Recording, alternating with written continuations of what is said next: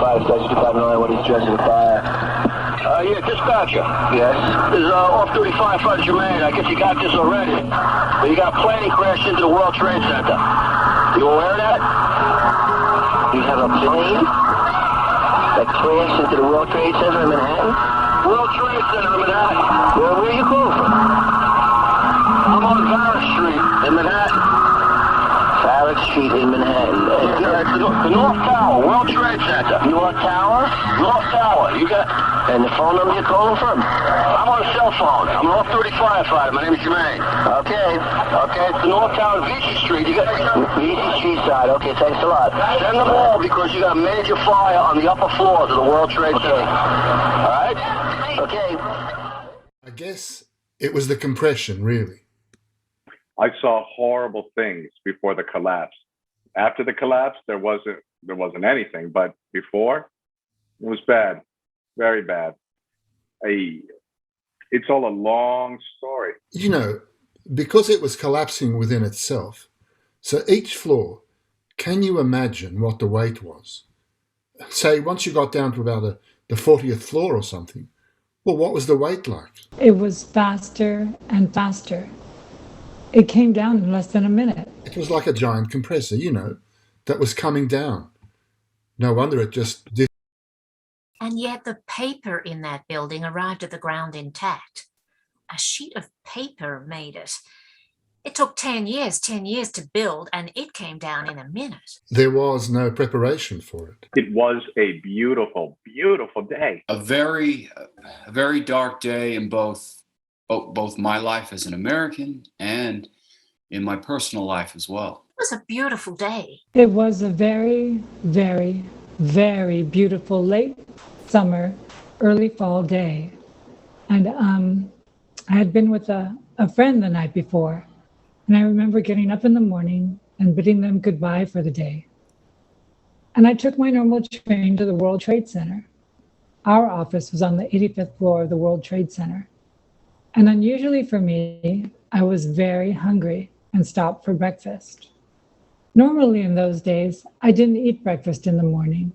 I was very weight conscious, and I would have just had a cup of coffee normally, and I'd be done with it.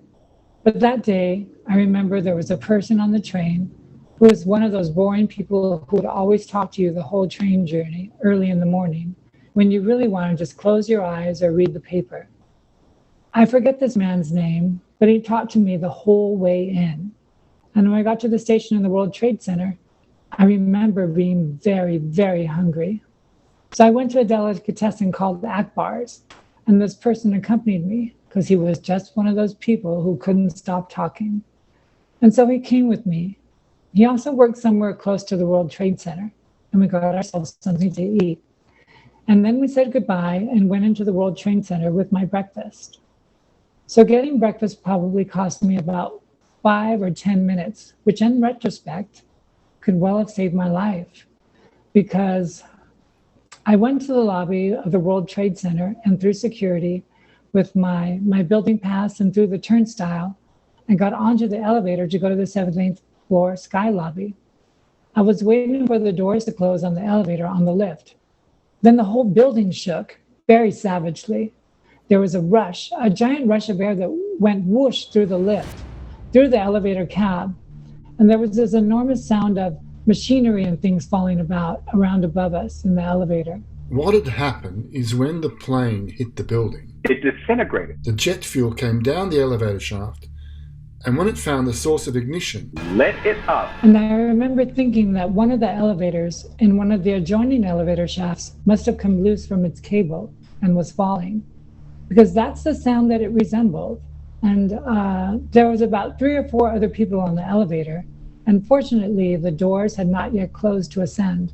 And I don't remember much what they looked like. I think they were fairly young. So these other people on the elevator ran for their lives. And I remember not feeling particularly concerned at that point, because I thought it was simply an equipment malfunction and that we were probably safe. I remember just walking slowly. Well, there was no preparation for it, really. The magnitude of it was just, well, most of the people were, in a sense, were self-evacuating. Well, that's really what happened, that the people took it upon themselves and they got out. I wasn't filled with any sense of panic at all. They estimated 25,000 people were evacuated between the 2 towers. A successful evacuation of 25,000 people. You know, when you're dealing with that many people, well, it's virtually impossible to control it. It just becomes itself. It's just its own thing. I mean, you're not going to come in here and raise your right hand to God and say, you know, here, stop, you know, this is what we're going to do. So I walked through the turnstile, and with a second or two, there was a very violent explosion, like a huge ball of flame in the lobby of Tower 1 where I was. It was very intense. I felt an extreme heat from it. And had maybe been 20 or 30 feet closer, I probably would have been injured or killed. Everyone at that point was running toward the main concourse. And I figured what had happened was that what I'd witnessed was a bomb going off, an explosion from some kind of terrorist bomb. It blew the elevator doors right off at the lobby level. And what happened is when the firemen went into the lobby, well, all these people were running at them and they were on fire because they had become, when the elevator doors blew off, it just enveloped these people and became a ball of fire.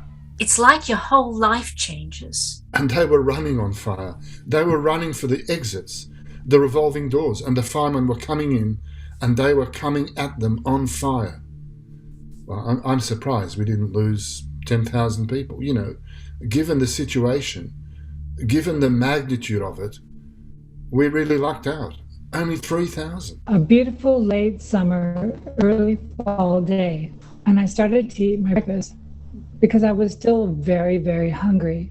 I started to eat my sandwich, and a security guard came and told me that I had to leave and go across the bridge. And I do recall from where I was standing, I was able to look down at the rear of the building, and I saw lots of fire trucks and a couple of people rolling on the ground, their bodies on fire, which was very disturbing. I was really impressed by the youth and mentality, the esprit de corps of the firefighters I was observing. They were so young and brave, and they were doing their job, and they looked like they were actually enjoying themselves, and they were showing up in droves, lots of police around. You know, at that point, really, all you could do was probably guide them, you know, just reassure them.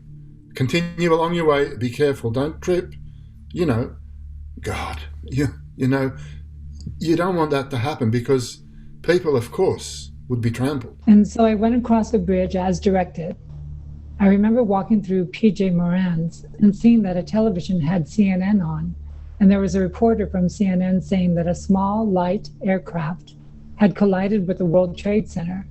And then I went outside and stood with the crowd and looked up, and I saw lots and lots of flames coming out of my building. Right by the floors where we were. We were on the 85th floor, I think, which was just below exactly the point of impact. Continue along your way. Be careful.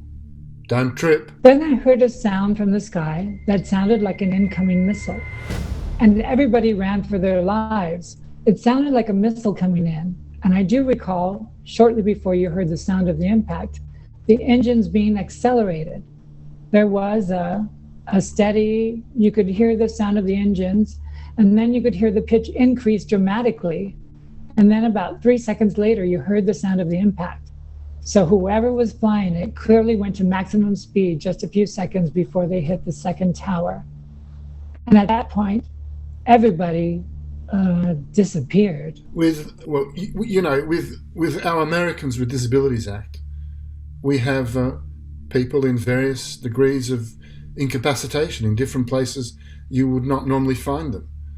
Well, that was a difficult day, because really what they did is, well, they kind of gathered together and put them in almost like a holding area, and, you know, never imagining, of course, that the building was going to come down, and they lost them all. Everybody ran for their lives, and I walked to a high school that's not too far away, and I stood on the steps there. That was difficult that day, because they just, well, it wasn't just physically possible to take them all out at that time. A successful evacuation. Continue along your way.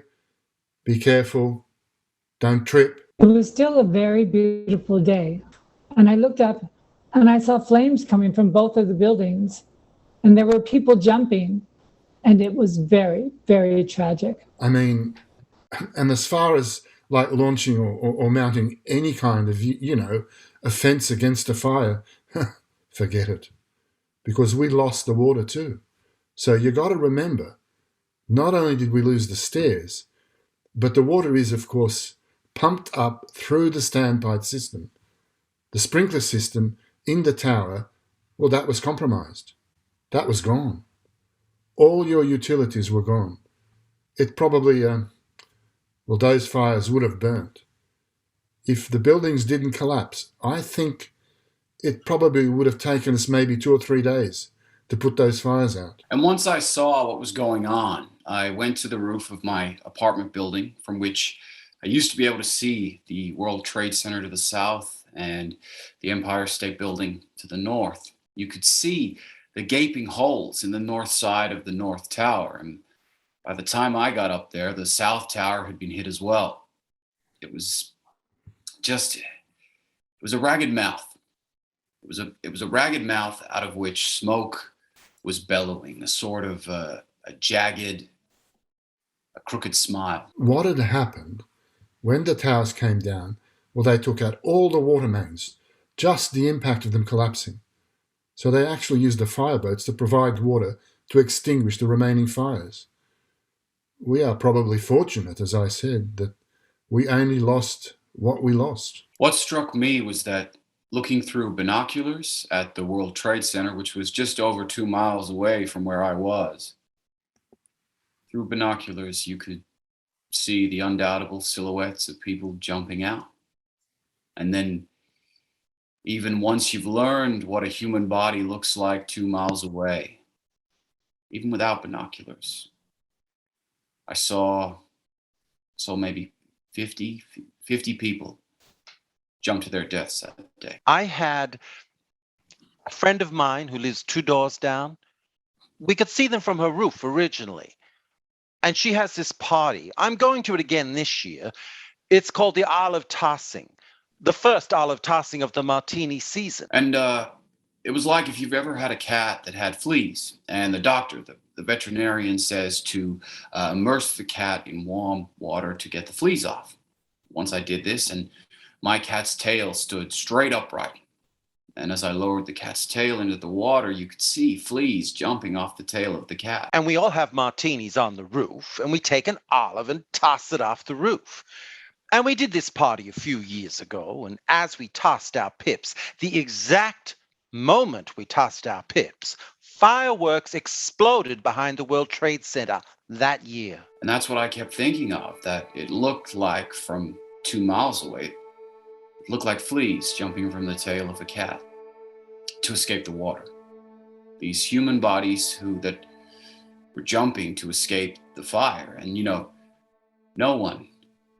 very few people talk about the people who jumped. We take an olive and toss it off the roof. Whereas I, as a poet, to a poet, it was a glorious acceptance of life, you know?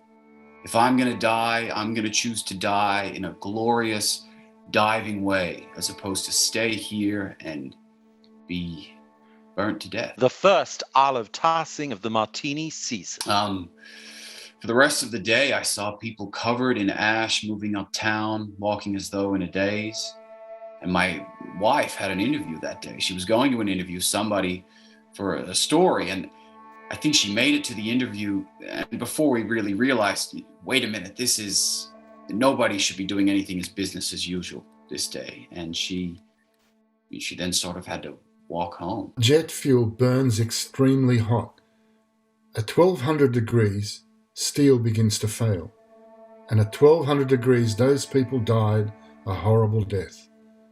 I mean, that's why they jumped. The only thing that doesn't burn, wool doesn't burn. And it affected her very, very deeply. And 3 years later, she killed herself on the anniversary of September 11th, and wrote in one of her journal entries that she felt that she needed to heal the sadness and the anger of the victims of the September 11th. Something she apparently thought that she needed to be dead herself to do. Oh, God. But, so it's a very,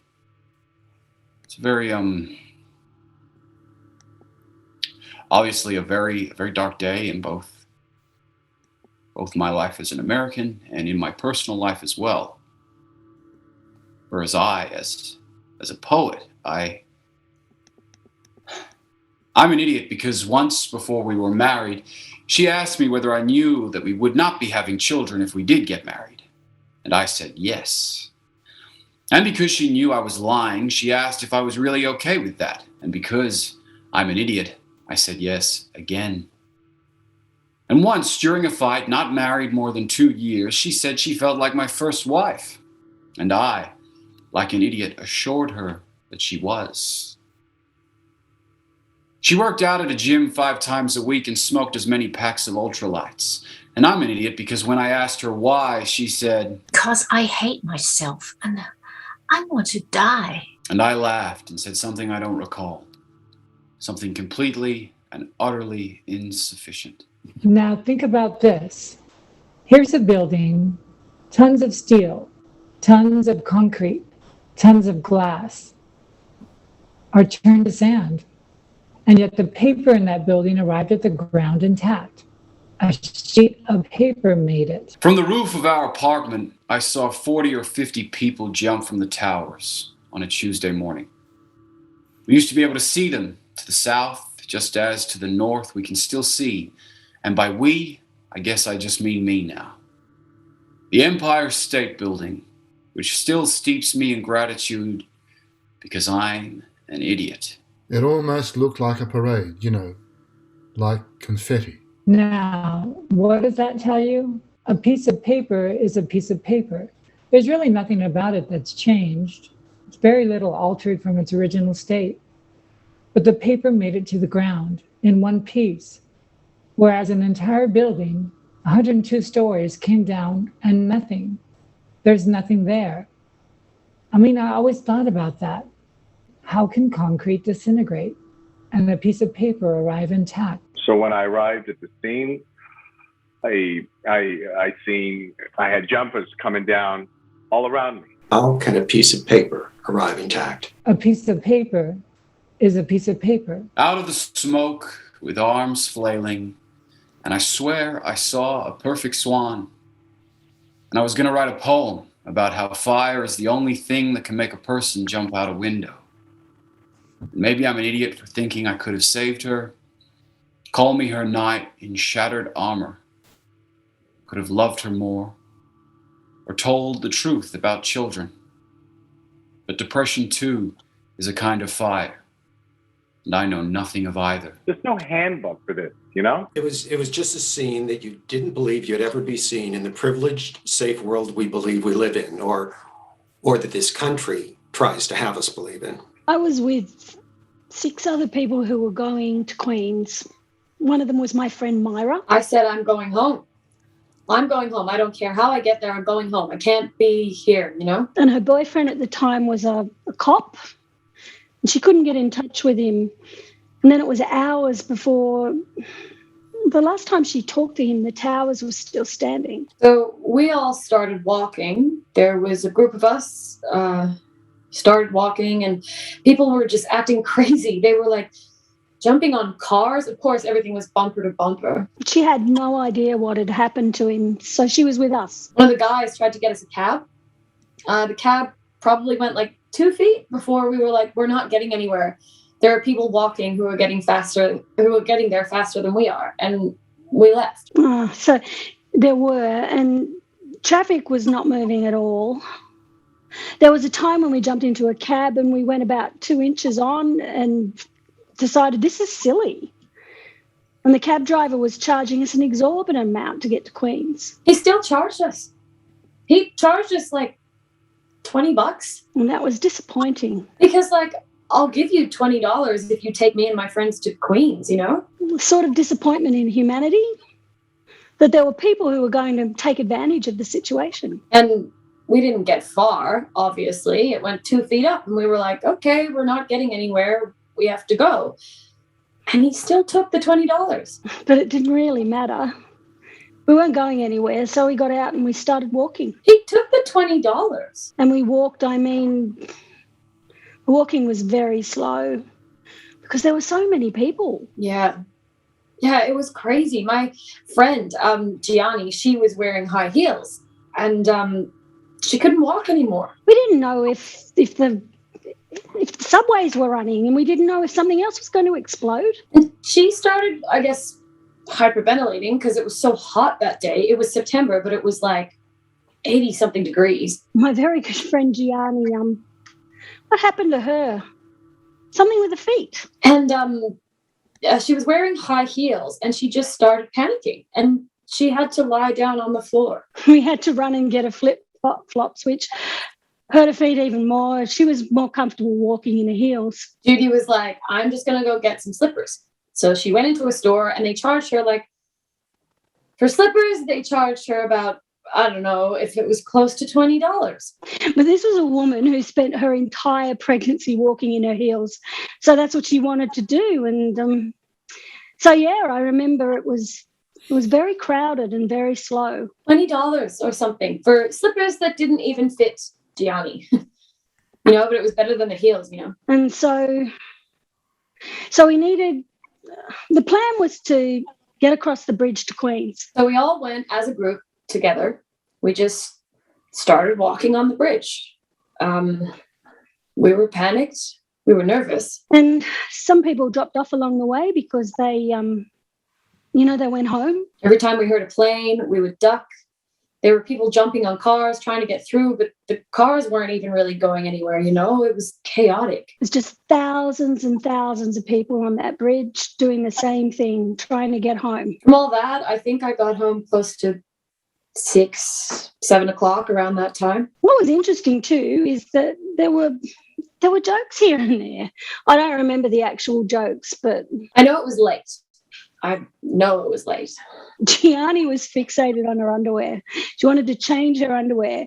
She had to have a change of underwear because the plan was that she was going to stay with me overnight, right? Because she lives in New Jersey and there was fully no way she was going to get there that day.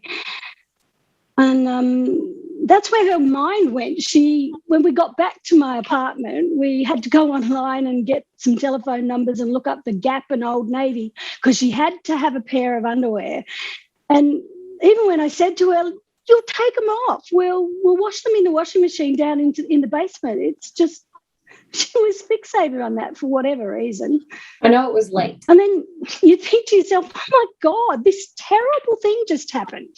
But we're laughing about something, which was very interesting, It was just something that sort of, personally I observed, like this horrible thing's happened.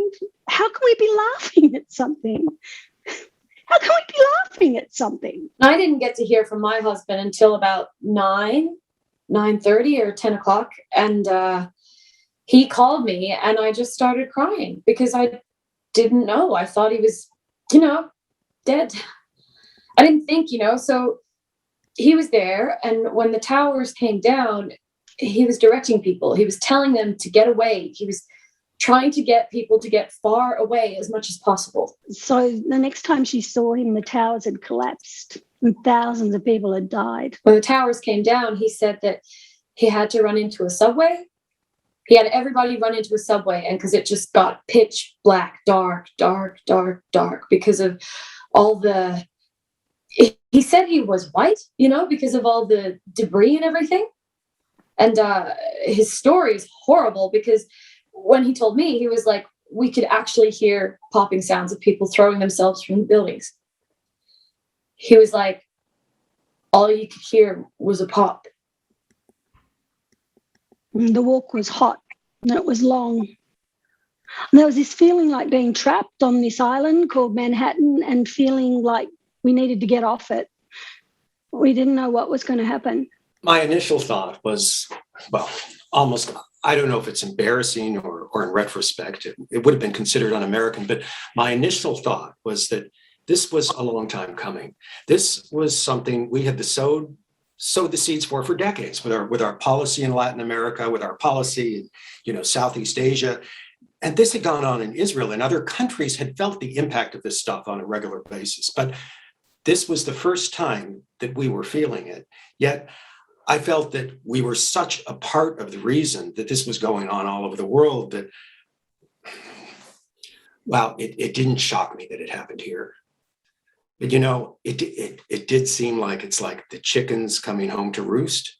And that to me was what was going on. It is never going to be the same. That age of innocence is gone. In retrospect, it seems sad to me that there was not a lot of analysis like that in what had happened. I mean, immediately after that, you couldn't even say that. I think in American culture, we were raised to believe that we're at the center of the world and everyone wants to be here. And to me, that's a xenophobic thought. I mean, it really took me a lot of education and traveling to seeing a lot of other countries in my 20s and 30s for me to undo all that learning and realize that there are billions of people in this world who don't want to be an American, who don't want to live in this country. I heard the very loud bang, and I remember looking out looking over the window.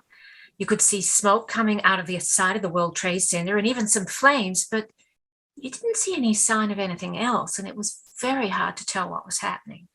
The way that our office was set up was the lawyers had the windows. The secretaries had to either go to the lawyers' windows or go to the corner. The corners were open. And so a couple of people were walking around and saying, what is happening? I was saying, I don't know, there's smoke out there. People were all sort of walking around, and my husband then called me and said he had heard that a plane had hit the World Trade Center. And I remember thinking, that must have been a very small plane because I couldn't see any sign of a plane, because a big plane, you'd somehow think you'd sort of see a big tail sticking out or something like that. It was difficult that day. Never going to be the same. So it was funny. It was just like your regular beautiful day, I remember. A regular day at work, and there I was at the computer. Then they made an announcement on the loudspeaker from the office security saying, there's been an accident. A plane has hit the World Trade Center, and please do not leave your office. Do not go downstairs. We don't want to interfere with the emergency vehicles. You could start to hear some sirens. I remember sitting down and sending an email to my sisters. I'm very close to them. I have 3 sisters, and said, in case you heard, there's been some accident, but don't worry, I'm fine. I wasn't outside or anything, but it really is very, very sad. And I sent that out. I love my country, and I love all the opportunities I've had for it, but I recognize that not everybody in the world is desperate to be here. I mean, a lot of people are. A lot of people see the American dream and the whole fable that our streets are paved with gold. I mean, it worked for my family that came from Europe in the 30s and came over here and tried to do something for their family generation after generation. And then at that point, it's weird. I had work to do, but it was very hard to concentrate. You hear more and more sirens. People were gathering in the corner. I remember getting a little cup of soda. I was starting to, my mouth was getting dry. It's a very, very anxiety producing thing. You can see more flames coming out. And then at that time, people were saying, "Oh my God, people are jumping." And I walked over to the corner to join some other people. And I didn't want to get too close. It was like one of those things. I knew it was sad and I knew it was bad, but I didn't want to see it too much. But you just wanted to be with other people instead of by yourself in the office.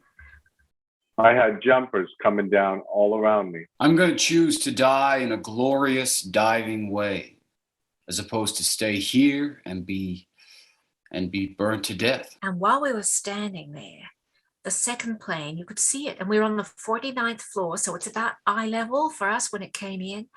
And all of a sudden, it's like your whole world changes and you suddenly realize that, wait, this isn't an accident. This is intentional. Someone is coming after us. And I remember immediately turning my head and looking down the water, past the Statue of Liberty, and to see if there are other planes coming. I had a friend who worked with me, and she just changed careers. And this was one of her first weeks as an air steward. She was on the first plane. The education that we give our children, that we're the center of the world and we're the best country in the world and nobody could possibly ever comprehend that you'd want to live anywhere other than this. To me, it's xenophobic. And a lot of what I saw thereafter was in line with that, rather than the exact opposite of like, my God, why did this happen? Like, let's examine what the causes were for it and start to learn from that. Let's educate ourselves about why we think we're so loved all over the world and maybe we're not. Maybe that didn't happen in the way that I think it should have happened.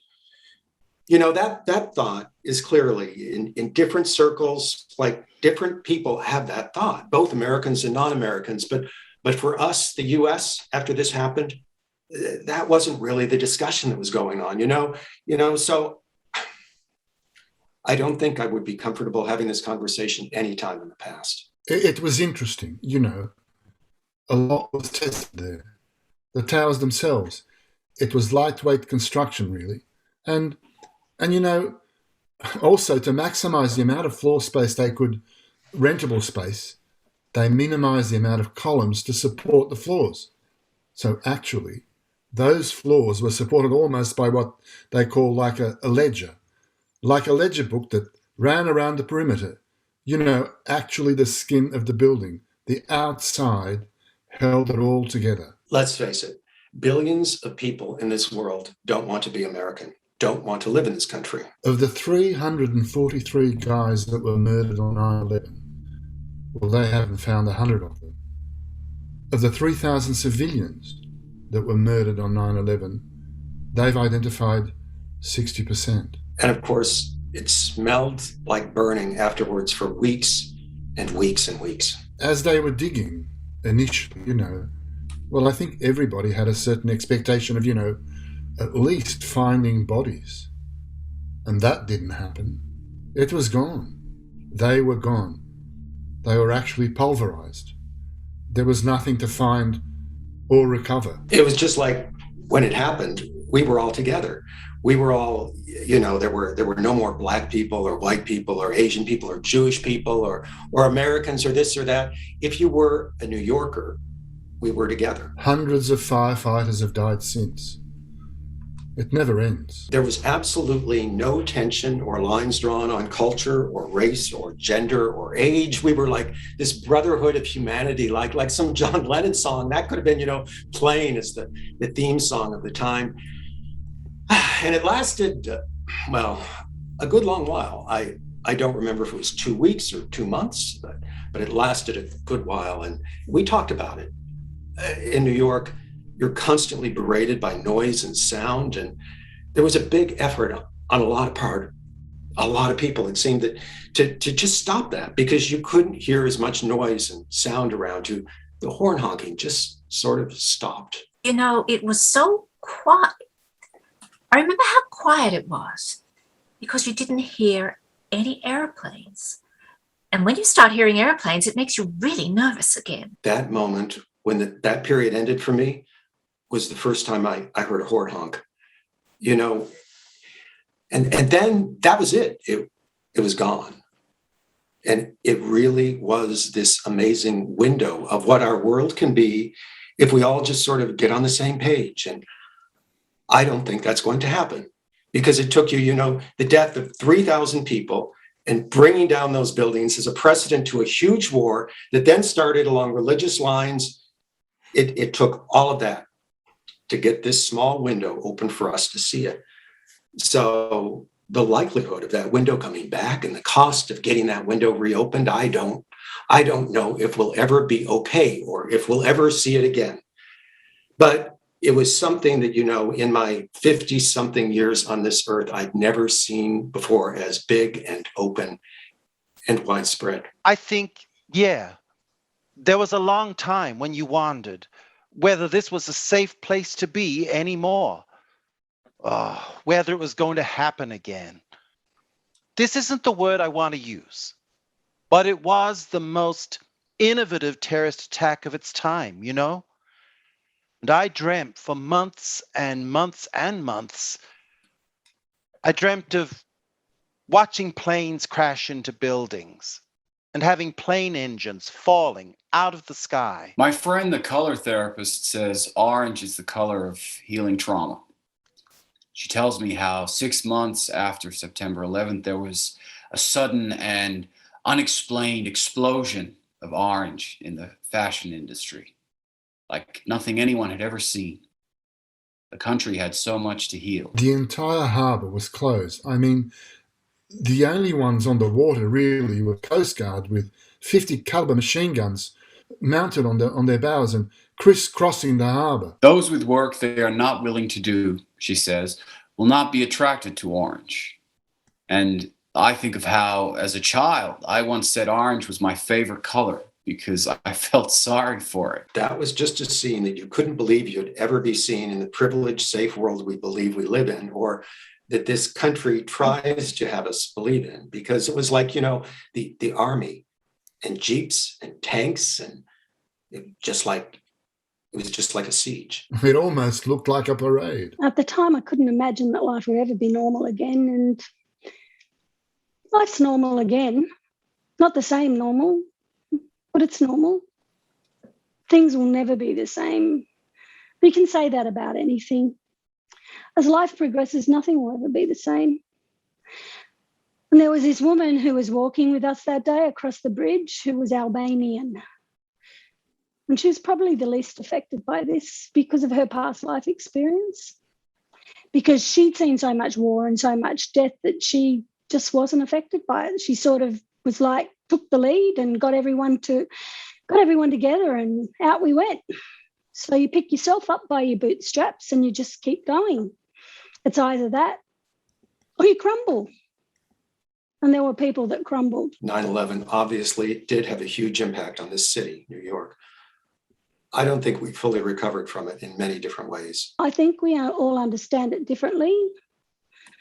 I think the people who were in the building and had to get out experienced it completely differently to someone who was on the Upper West Side at the time.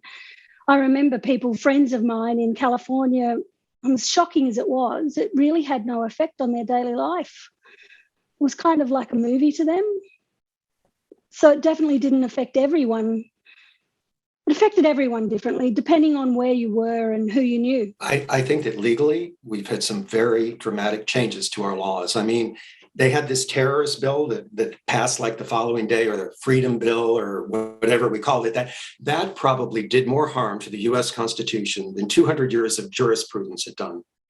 And that was just, within a night, a 1,000-page document that clearly wasn't read by all of the legislative people who voted on it. And they voted, and it passed virtually unanimously.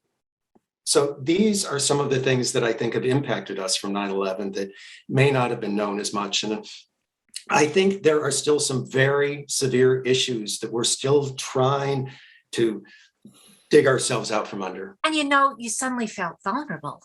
And all of a sudden you were at risk in a way you weren't before. And people were, screaming. I mean, and the group we were in, that there was that automatic people go, ah, scream. And they were all, and I just, I found myself hyperventilating. So I went back to my office, and then my phone was ringing, and it was my husband, and he said, "Get out of there, just get out right now." Of course, the security people put out an announcement. "Okay, we're going to have a very, careful, everyone should start to, leave." So I was very fast. I'm almost a little embarrassed how fast I was. And I went in and I got my bag and got my computer and my computer bag, my purse, and the building that we're in was only 51 floors, so 49. So we were at the top of the elevator. And so I was out there in the elevator bank very quickly. And by the time the elevator opened up, there were a number of senior executives, but it was almost full. I managed to get in, and everyone was, it was just silence. Overall, it didn't change a lot. But in the moment, it definitely changed where I was. It was just everyone was, I'm sure, thinking the same. Oh my God. So we get down there. And of course, there are all these security things, but they had everything open. They had all the security people saying, "Get out, go, head towards the west, head towards the water." And by then, there was all this paper in the air. It was probably one of the most exciting days of my life, actually. I would never have known it would turn out to be one of the most terrible days of my life, because we were booking in, when I say we, it was me and my partner. We are in business together. So we're booking to go to San Francisco to do a tour of San Francisco, LA, to do a costume for Elizabeth Taylor for her AIDS Foundation. So we were super excited, we were getting paid very well. It was a super exciting treat, meeting all of these people from Hollywood. And so we were just super excited, it included doing a benefit, an AIDS benefit. So yeah, we were going to have an amazing day. We were incredibly excited. It was happiness. I tend to be in dramatic experiences. I could say that they marked my life very strongly. So we are late and we missed the plane. We had to book a different one. It was the plane we missed, actually, the Pennsylvania plane. So we took a taxi and we go to the airport, and we were crossing the bridge, and I lived uptown. So we were crossing the bridge and I see one of the towers with smoke, and I just scream like, "Oh my God, look, the Twin Towers are on fire." So I told the taxi driver, put on the news, please. And he put on the news, and they're talking about a small plane crashing in the tower. I'm like, "Oh my God, this is crazy." So we kept going. And then I see there's more smoke and more smoke, but we can't see the towers anymore because we're in Queens, but we see a lot of smoke. And I'm like, this is weird. If it's a small plane, the fire should stop. And there was a lot of smoke. So we were really talking about it. And they didn't say anything else on the radio. So we arrived to the airport, JFK, and we forgot about it. We arrived, we go to the line, and we're standing in the line, and my partner, he's super tall. He has an Arab kind of look. He's Puerto Rican, but he has a really strong look. And so we're standing in the line, and the line doesn't move. And I start complaining. Oh my God, this line doesn't move. And then we look, and there's nobody on the counter. And I was like, what is going on? We couldn't connect the whole thing together yet. So then we see these people walking by in suits, looking at my partner, really, really strong. And I say, "Adrian, I think they're looking at you." And he's like, "Right?" And I'm like, "Yeah." And then this just obviously a team of police in plain clothes, they were looking at him, staring at him. And one of them just stands there on the top of the balcony, staring at him. I was like, "Do you have any weed on you or any drugs?" And he's like, "No way." I'm like, wow, they're really looking at you. And by the way, why doesn't this line move? And when I just finished saying that, someone came behind and said, everybody needs to leave the airport right now. Leave the airport right now. America's under attack. When they said that, people just went crazy. We all started running outside the airport. We didn't know what to do. So everybody started saying, oh, they've attacked the Twin Towers, and they've attacked the Twin Towers with, airplanes, with 2 airplanes. Imagine when they said that and we're at the airport, everyone started looking up there. It's like, oh, they're going to attack JFK. We thought it would be attacked also. And then when we're outside, right outside, somebody said they've attacked the Pentagon. So when they said that, we just freaked out. Everyone started like crying and screaming because we thought they were attacking with bombs. We didn't know exactly. So everybody leave, all the police came, leave the airport right now. This is an emergency, leave the airport. There were no taxis, of course. Everybody just left crazy. So the guy that booked us for the trip, he finds a taxi and we got out. I don't know how many of us in the taxi, like 8 in the taxi. And we just ran out of the airport. We couldn't come back to the city. So we had to find a hotel. And we stayed at the Sheraton Hotel in Queens. And we were the only tower in the area. I was like, oh God, please, no. I do not want to stay here. There were people that crumbled. It was a career-ending event. I know it's hard when you see the whole thing. It's very selfish to think, oh, such a sad day, when in another country, they live that every day. You know what I mean? Like bombings and bombings and bombings. They live that every day. We got to live that one day, and it was the most terrible experience of our life. Sometimes I put it in the other situation, but what would happen if I had to live that every day of my life? So to really put it in balance, it's not that terrible, but I think that there are people that live that every day. They live that constantly. But since I never had those experiences before, it was terrible. Because I was going to California for like 2 weeks, I think, so I was sure that I got my September issue of Vogue magazine. And it was a long trip, like 6-7 hour trip. So I wanted to read the new issue of Vogue. So I was like super excited with my Vogue magazine. And then, so when we had to leave the airport, I run outside and, you're just scared. You don't know what is happening. You look at the sky thinking something is going to fall. So I was holding on to the magazine really tight and I was just standing there crying like I didn't know. There was no taxi. I didn't know what to do. Everybody's screaming, crying, yelling. And then when the first TV crew came and they opened the door, and they all run in with the cameras all around. The first thing they get is me with a magazine cover, holding on to my Vogue magazine, crying. And then everybody the next day, they were like, oh, Nico, I saw you on TV. And Nico, I saw you on TV.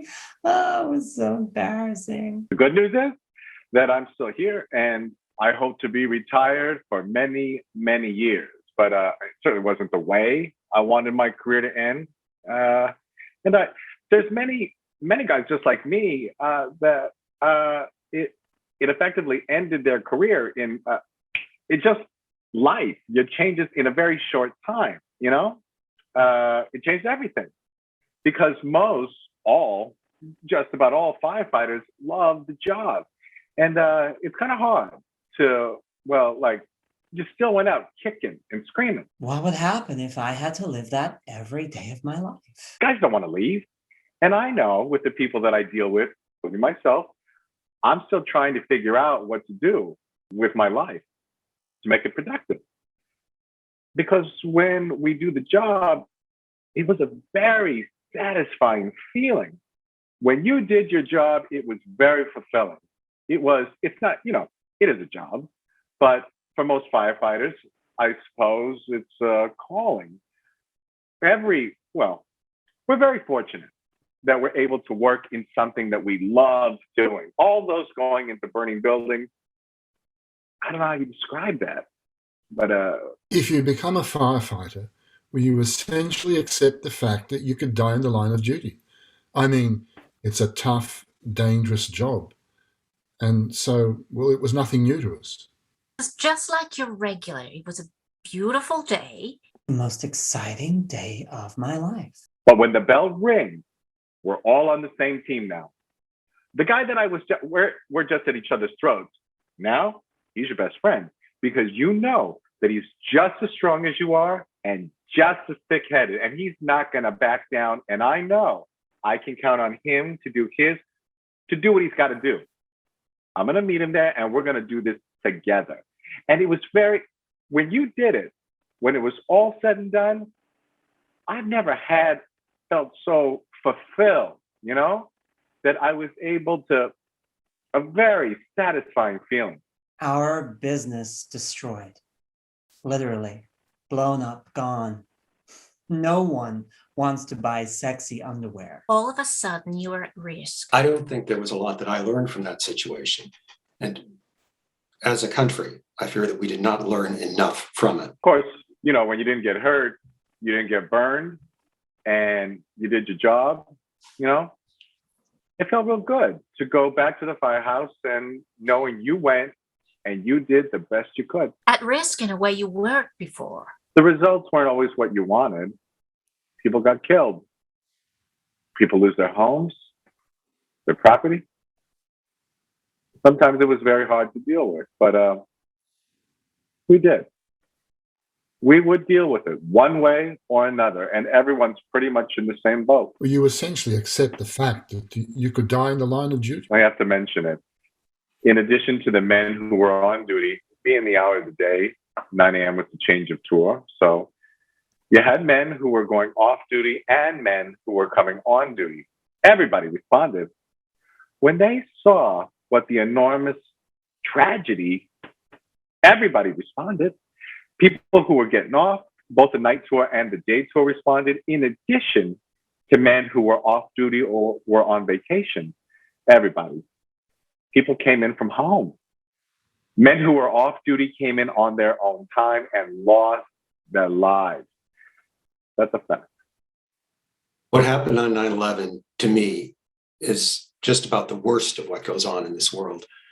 It may have reinforced for me the idea that as an American, I can't expect my society to actually ever learn from itself because it doesn't seem like it ever wants to. And here was the easiest time to examine some issues, I'll tell you, there's one really palpable thing that changed for me. I decided to join a choir. It sounds crazy, but I have always loved to sing and do choral music. A lot of guys got hurt. A lot of illness. A lot. A lot of the people put in a lot of time, and I wasn't one of them. I didn't spend months on the pile. I was there for a period of time, but then I was put on medical leave and I went back.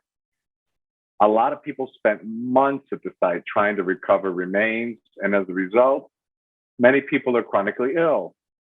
A lot of problems with lungs, with cancers. A lot of men younger than me, in their 30s, 40s, have passed various cancers. I was always too busy. I just couldn't. I never had time. And year after year, I had friends who said, you really should join. And I said, oh, no, too busy. And I said, my God, I'm really going to do it. And that, they said it was going to happen. The scientists, they said, they didn't know, but they said they didn't know it was going to happen. But it's not a surprise to see this. So it didn't all just end on that day. I think that's the way, a good way to look at it. those who survived it definitely impacted their lives. Everybody, it shortened everybody's life. I know it took just being a firefighter, it takes years off your life, but that's a fact. That is a fact. It was sort of this realization that your life could end at any time. And I was going to do something for me that gave me joy. And so they met on Wednesdays. I think they skipped that Wednesday after 9/11. It's really given me a lot of confidence, and I love singing now. And this is also a little bit, is just to be with this group of people and that I love. And I'm sure that if it hadn't been for 9/11, I would never have taken that step to say, you know, what, this is important for me. And I think in many other little ways, partially it's just being a mom and being a working mom, and you're always so busy, and you've got to worry about your kids, you've got to worry about your husband, and you've got to worry about your clients and your job. And it has been made me much more open about worrying about myself. So what I have learned is that now, since I did retire, at a young age, my goal is to stay alive. I want to go double down. I was in for 21. I want to be around for 40 more. And, but then nobody knows. Nobody knows what tomorrow's going to bring. We would like to feel productive and be fulfilled in your life to bring something to the table, That's the way I see it. One of my favorites that people often request at the memorial services that we do, and it's since I've gotten, and this is also maybe because I feel a need to go to a memorial service in a way that I'd never felt before. There was such a desire to celebrate people's lives and their passing. There was one called Tell Them I Said Yes to Life. Tell them I said yes to love. Yes to life.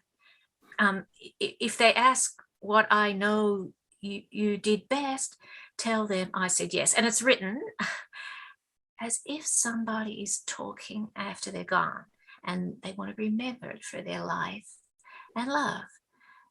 Tell them truth. I think might have been the last one. I'm still here. And there's reason for that.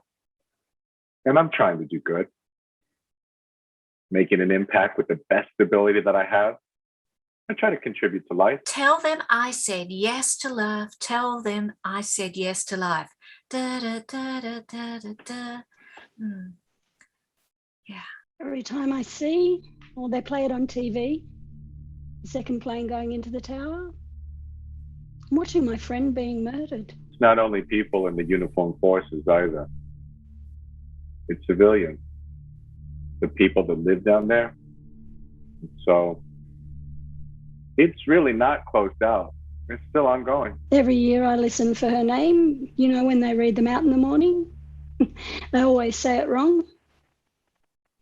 This last year I forgot. It is evil. It's not over. And that's the sad part. And it's not a question of if, it's when. I think in the immediate aftermath, I saw a window into a world and a society I'd never seen before. And that was really amazing. But it was just a window.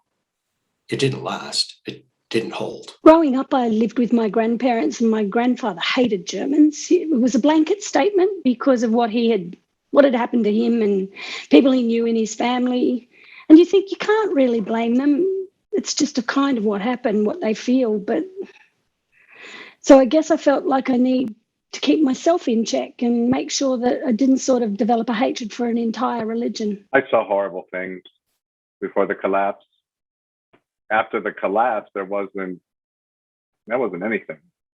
But before, it was bad. It was very bad. Just as long as I have breath, I must answer yes to life. Though with pain I made my way, still with hope I meet each day. If they ask what I did well, tell them I said yes to life. I got off the subway at 8:45, and as we said before, It was a beautiful, beautiful day. So I came up the stairs at 8:45, and when I hit the top of the stairs, I heard a woman say, "Look at the fire." So I looked up, and I had a perfect view. I was 1 mile away. I didn't see the impact of the plane, but I saw the result of it.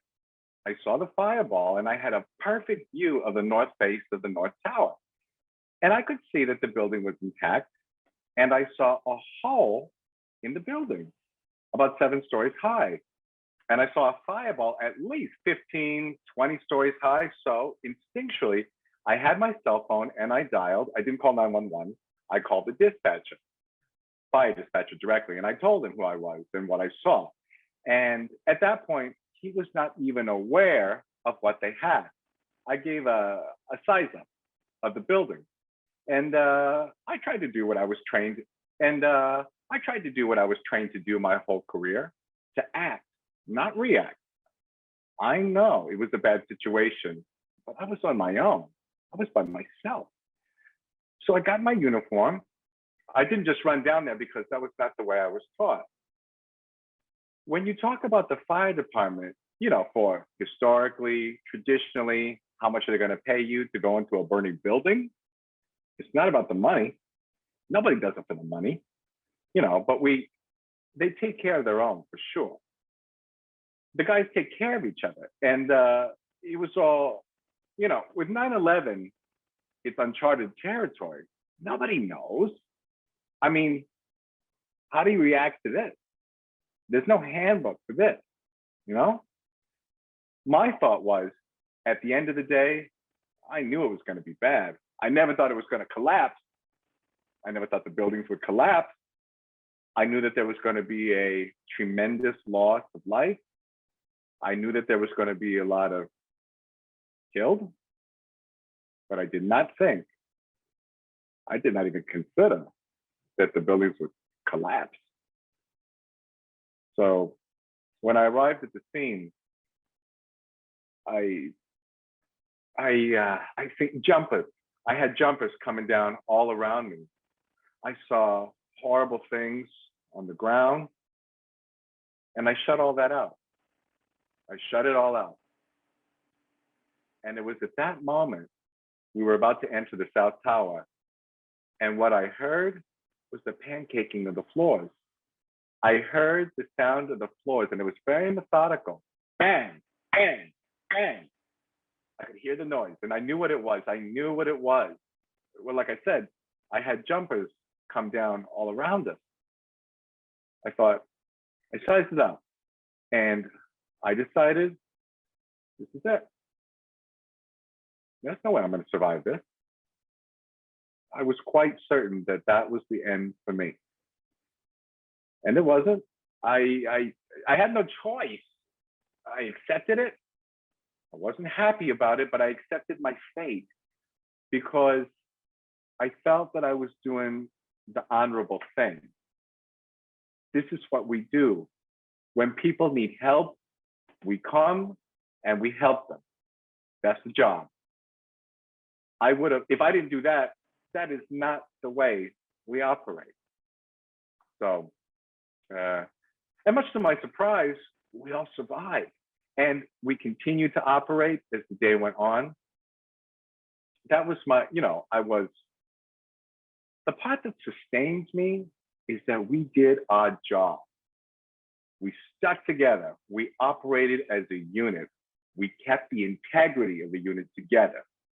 And we did what we were always trained to do.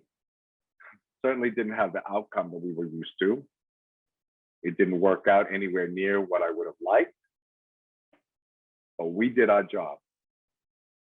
And some of those guys were brand new on the job too. Nobody was prepared to deal with what we had. It was beyond your comprehension to see what happened as the result. So I try to be happy, enjoy life. And I try not to hate, but I try to stay focused. I try to keep it positive at all times as much as I can. I struggle with it. It depresses me. And many times I get depressed over it. But I am still here. And there's a reason for that. And I'm trying to do good, making an impact with the best ability that I have. I try to contribute to life. I don't want to be the life taker. I could be. I could do that, but I choose not to. I had a prior brush with international terrorism in my life. So actually, when the Trade Center came around, I think I dealt with it pretty good for a while. But back in 1988, my younger sister was a college student, was killed in the terrorist bombing of Pan Am Flight 103 over Lockerbie, Scotland. That killed a piece of me when that happened. So, the losses were severe, and I lost so many close personal friends across the board. Not just guys that I worked at the firehouse with, kids that I grew up with, guys that I went to high school with, guys I knew my whole life were gone. They were my neighbors. Not only did I work with them, but he was my neighbor. Gone. And how do you deal with that? I had, like I said, prior experience dealing with it. And maybe I was a little bit better prepared, or I had a little different perspective on it, maybe. I'm still here. And I'm doing the best that I can, so I guess I'm successful at it.